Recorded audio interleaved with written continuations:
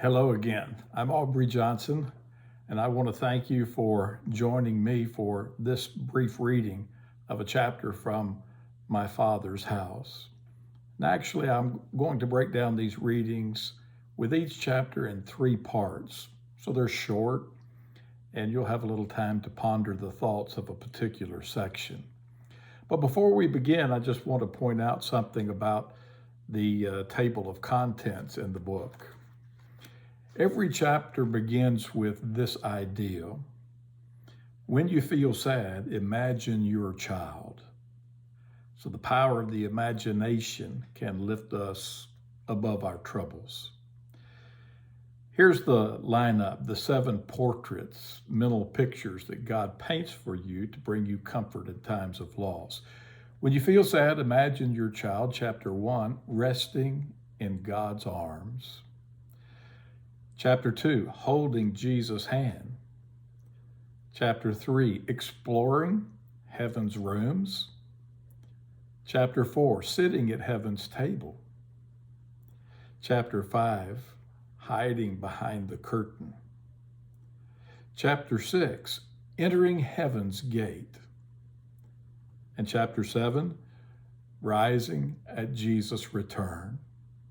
Let's get started today with chapter 1, resting in God's arms. When there are no words, a hug is the next best thing, and perhaps the better thing. In times of sorrow, solace is found in sympathetic arms. The arms of friends and family members console us, but most of all, we look to our Heavenly Father's arms that comfort us now and await our arrival in eternity. Imagine your child resting in God's tender embrace. God made mothers' arms to hold their children, and He made children to fit their mother's arms. But if for some reason that is not to be, there are no arms sturdier or more caring than God's tireless arms. Those arms can rock your child or soothe your heart when your world has been upended by grief. If suffering in the world is evidence of evil, then comfort amidst suffering is proof of God's existence and goodness. David said, "For my father and my mother have forsaken me, but the Lord will take me in." Psalm 27, verse 10. As with David, there comes a day when your mama's arms can no longer care for you. At that moment, you can feel all alone. The passing of a parent usually happens when you're older. That's the natural order. Sometimes it happens when you're young. Whenever it occurs, God's everlasting arms are there to comfort you. They're always available and reliable. They never weaken or tire. Sometimes, though, the problem is different. A bereaved parent finds their own arms are empty. When a child precedes the parent, the experience is not only distressing, but disorienting. Your identity as someone's earthly caretaker comes to an abrupt end. And instead of a gradual letting go, as with the aging process, the end can come swiftly and unexpectedly.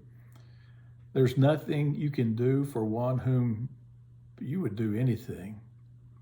The yearning remains, but the opportunity is gone. What do you do with all the unused energy and emotion left behind? What do you do with a surplus of hugs and kisses, of songs and bedtime stories, wise sayings and tender warnings? If other children are present, you shower your attention on them. With a greater appreciation for life's brevity and uncertainty, every day is precious, and every encounter is priceless.